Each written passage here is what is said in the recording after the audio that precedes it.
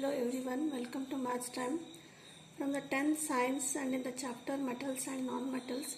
Today we are going to discuss some short type answer question and answers. In that first one is, how are metals in the middle of the reactivity series extracted from their ores, and explain. The question is, the metals in the middle of the reactivity series. So how they are extracted from their ores, I have to explain. So for this, first we will see how is the reactivity series. In the reactivity series, in the textbook it is there, it is given in the 3.9 activity series related to metallurgy. Here for the first 5 metals, potassium, sodium, calcium, magnesium and aluminum, these are the high reactive metals, and in the zinc, Fe, Pb and Cu. So these metals come in the middle reactivity series, means that they are moderate reactive, and Ig and Au, silver and gold, these are found in native state and they are less reactive. So here the question is related to this moderate middle reactivity series, that is zinc, Fe, Pb and Cu. So first of all we must know that how these metals are reactivity extracted from their ores. So the metals in this reactivity series, they occur in the form of their sulfides or carbonate ores. That we will write first. So metals in the middle activity series are in the form of sulfides or carbonates. From the sulfides and carbonates we have to extract that metals.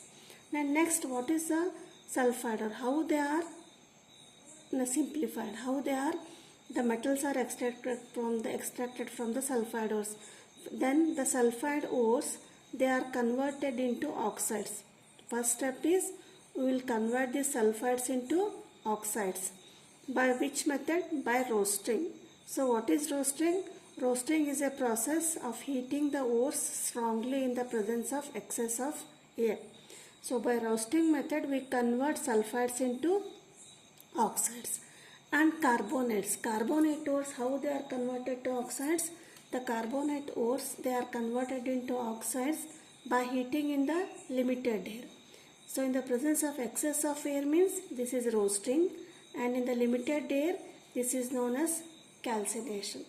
So sulfide ores are converted to oxides by the process of roasting, and carbonates are converted into oxides by the process of calcination.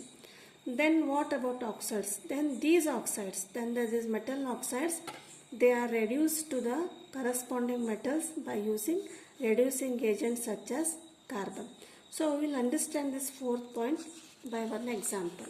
So first, zinc sulfide. Zinc sulfide, this is a sulfide ore. So sulfide ores are converted to oxide by roasting method.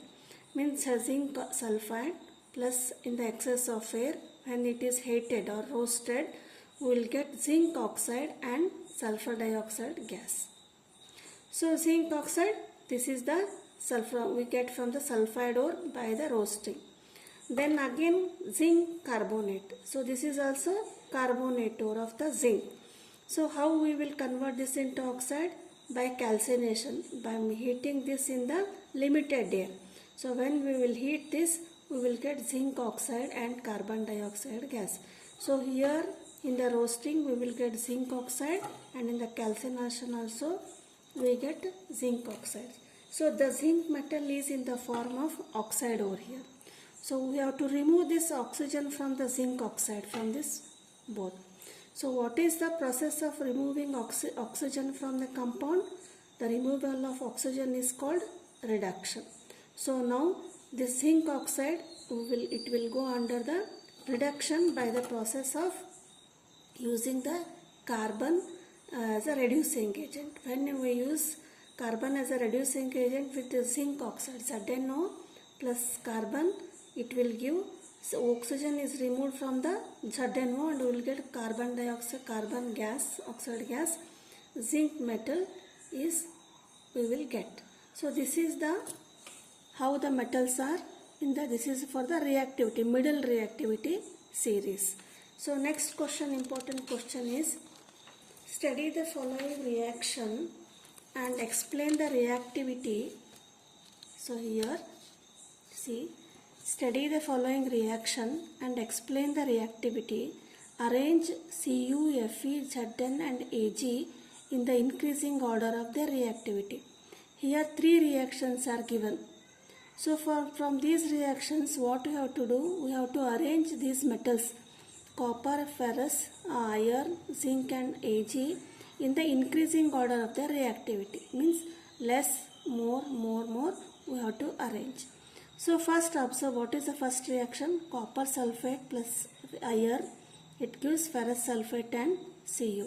So and next question is FeSO4, that is ferrous sulfate plus zinc give to zinc sulfate plus Fe.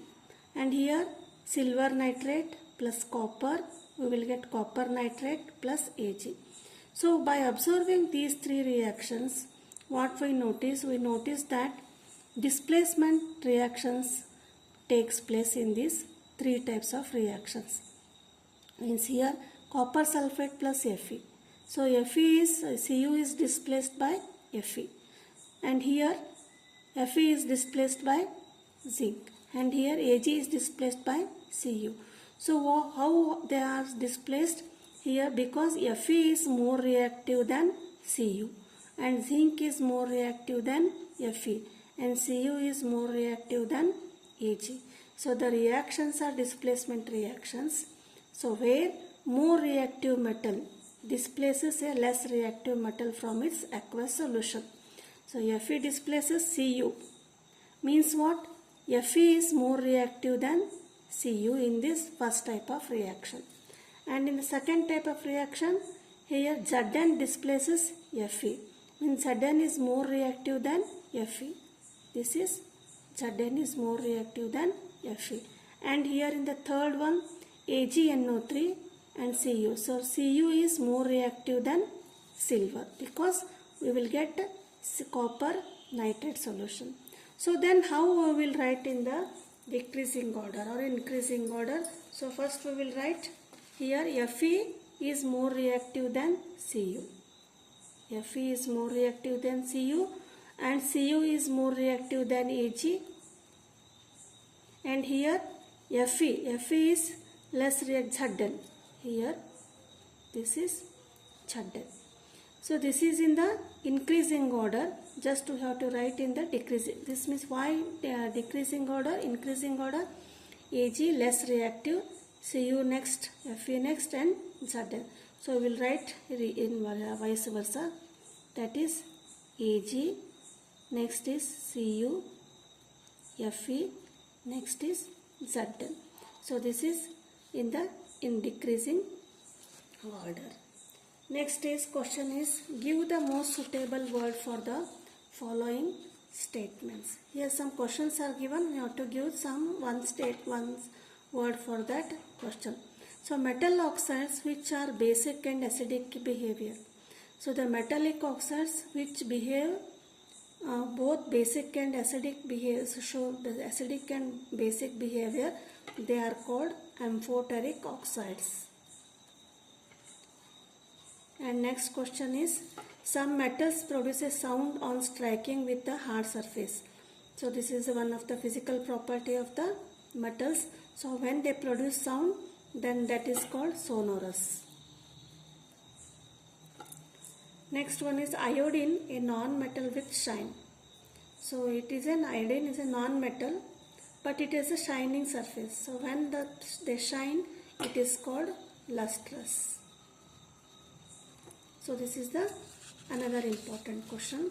And next one is you have to write the balanced chemical equation for the reaction of. First one is aluminum when heated in air. You have to write the name of the product.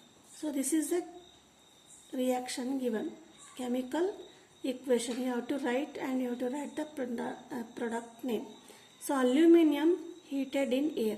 So in air, aluminum always reacts with the oxygen. So we'll write first one, aluminum, it is in the solid state plus oxygen How to heat it? We will get Al2O3. So this Al2O3 is aluminium oxide. This is aluminium oxide. Next we will balance this one. Here is oxygen is 3, here is 2. So we will balance this by writing here 3 and here 2. So this is 6 and 6, 4Al, and we will write 4Al. So this is the first question. Next one is Fe with steam. So always air, it does not react with the cold water, it reacts with steam. So it is one of the chemical property of the metals. So Fe, it reacts with water. So Fe is solid. So this is H2O. It is in which state? Steam means it is in the gaseous state. So it reacts when it gives Fe3O4. This is the ferric oxide, or you write ferric oxide, and plus we will get hydrogen gas. This is released. So by balancing here 2H and here 2H, 3Fe, write 3Fe here, the Fe gets balanced, and here 4O is there, so write 4O, 8H, write 4 2s are 8H. So this is the balanced chemical equation. So the product name is ferric oxide and here is aluminium oxide. And next one is calcium with water. And question is, you have to write the equation and you have to write the product name, and why does this calcium start floating on water. Means while reacting, the calcium just floats on the water. So what is the reason for that? You have to write. So first we will write the reaction, that is calcium, it is in the solid state, plus water, this is liquid. So what happens? We will get calcium oxide. So this is the solid and liquid is solid state, and H2 hydrogen gas is released. So what happens is, when this hydrogen gas is released, so this hydrogen gas attached to the calcium metal in the water. So that's why this calcium floats on the water. That is the hydrogen gas. You have to write the reason. The hydrogen gas formed this gas during the reaction.